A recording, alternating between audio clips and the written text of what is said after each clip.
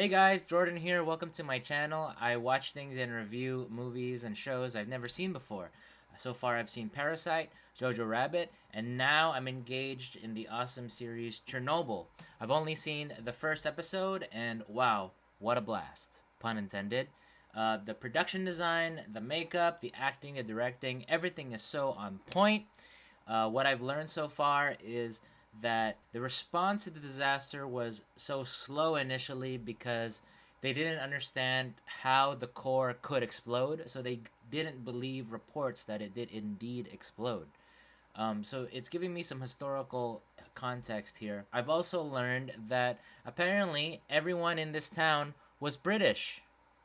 So I'm excited to see how things unfold in episode 2. I don't want to take up too much time. Let's do this. I got my whiskey and ginger ale. Let's go.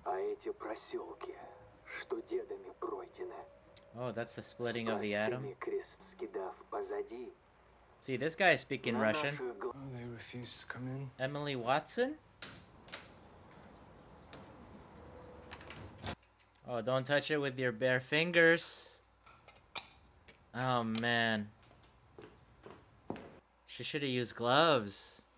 She's gonna lose those fingers. Radioactivity is so scary. Scarier than the coronavirus. No one's gonna answer.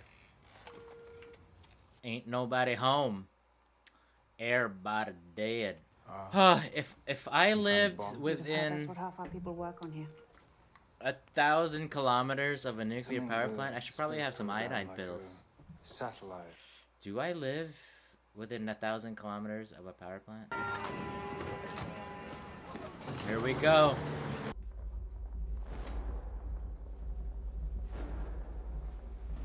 You're gonna infect yourself, lady. Don't touch. See, no one's wearing gloves. Wow, look at this set. Man, so much money was spent on this show. That's the advantage of only 5 episodes. I like this actor a lot, Jared Harris. He played Moriarty in the Guy Ritchie Sherlock Holmes films. He played Ulysses S. Grant in Spielberg's Lincoln. And then we will discuss next steps, if necessary. Thank you, Comrade General Secretary. I'm pleased to Stellan report that the Skarsgård. situation I like in him Chernobyl- too. The First Deputy Chairman Sharkov assures me that we have successfully. I love how this is being directed from his point of view. Through the editing. General Secretary, but I Do don't. you know how a nuclear reactor works? No. No. Well, then how will you know what you're looking at? Meeting adjourned. Could it be common sense in the Soviet Union? Oh, that was so good. That scene was so good. Ooh. A Soviet ass looking heli. Good. I know how a nuclear reactor works. Now I don't need you.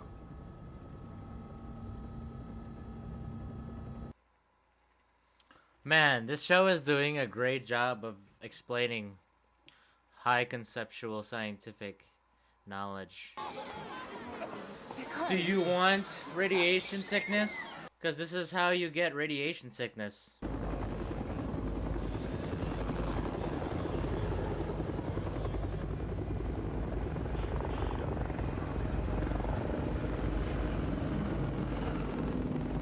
Wow, what a great shot.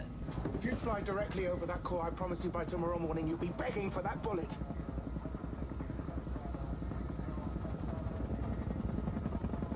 Oh my god, I'm enjoying this episode so much more than the first one.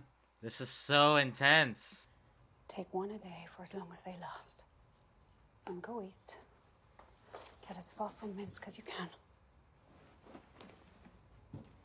Holy shit! Our high-range dosimeter just arrived. We could cover one of our trucks with lead shielding. He's the Mounted guy dosimeter on the from front. The Last Jedi. It's not through Rondken. It's 15,000. Comrade Savina. 15,000? That's not a good sign. Lead 1 is too close. I repeat, they are too close. Oh no. Lead 1, you are inside. Holy shit. Did he just instantly die from that? If it says it's safe, it's safe. Not if they stay here. We're staying here. Yes, we are. And we'll be dead in 5 years.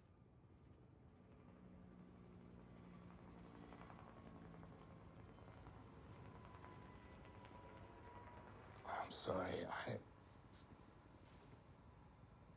Man. Oh, I love these actors acting against each other. Oh god, the look on his face. I love it. Oh, I love it. You love to see it. Answer the phone. You're gonna die. You're gonna die. You're gonna die.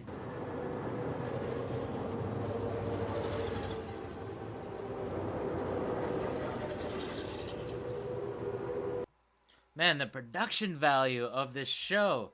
Those are old school buses.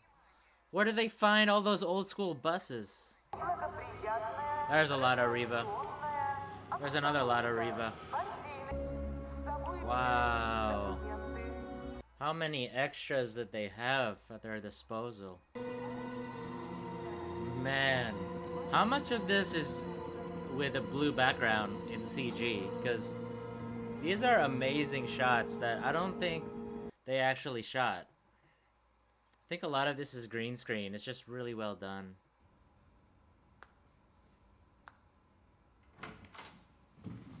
Man, the look on his face. Stellan Skarsgård is so good. He's convinced of the danger now. Do you understand the damage this has done? Do you understand what's at stake? I think you don't even understand what's at stake. And dispersed by a massive shockwave, which will extend approximately 200 kilometers and like. They had the time to make little booklets for everyone? And how long before this happens? Approximately 48 to 72 hours. Holy shit! We're asking for your permission to kill 3 men.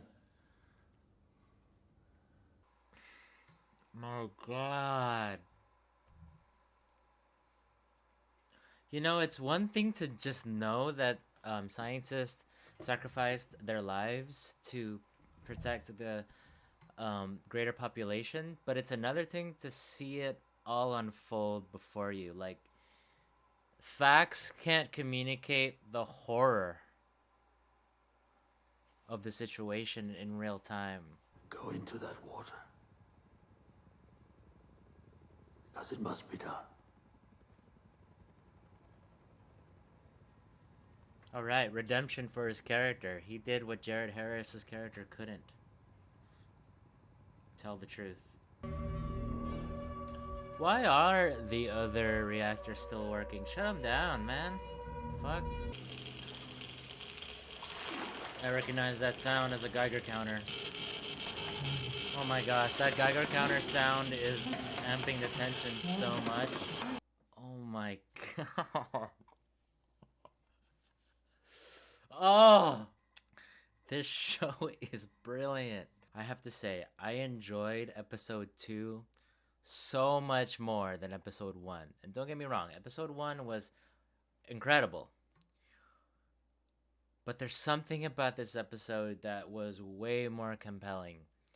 Even though episode 1 was more horrifying, you might say, visually, like, because you were trapped inside that reactor with those workers, and it was set mostly at night, adding to the dark tone of episode 1. In contrast, episode 2 was set mostly in the daytime.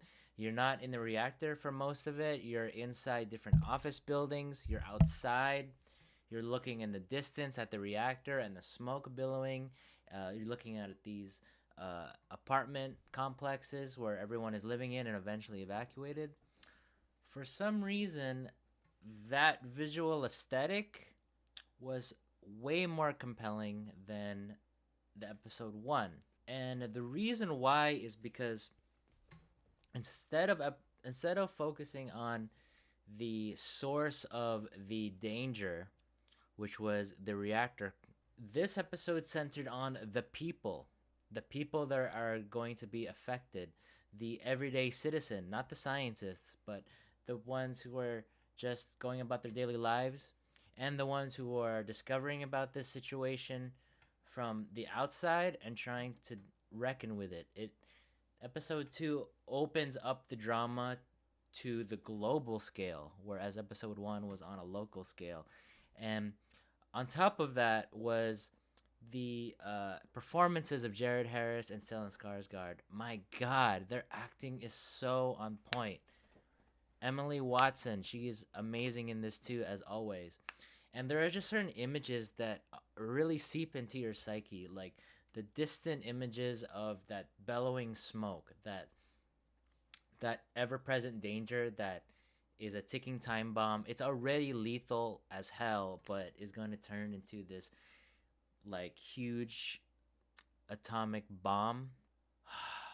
It's incredible. That scene with the helicopter crashing by going over the smoke, like they just instantly die from the radiation.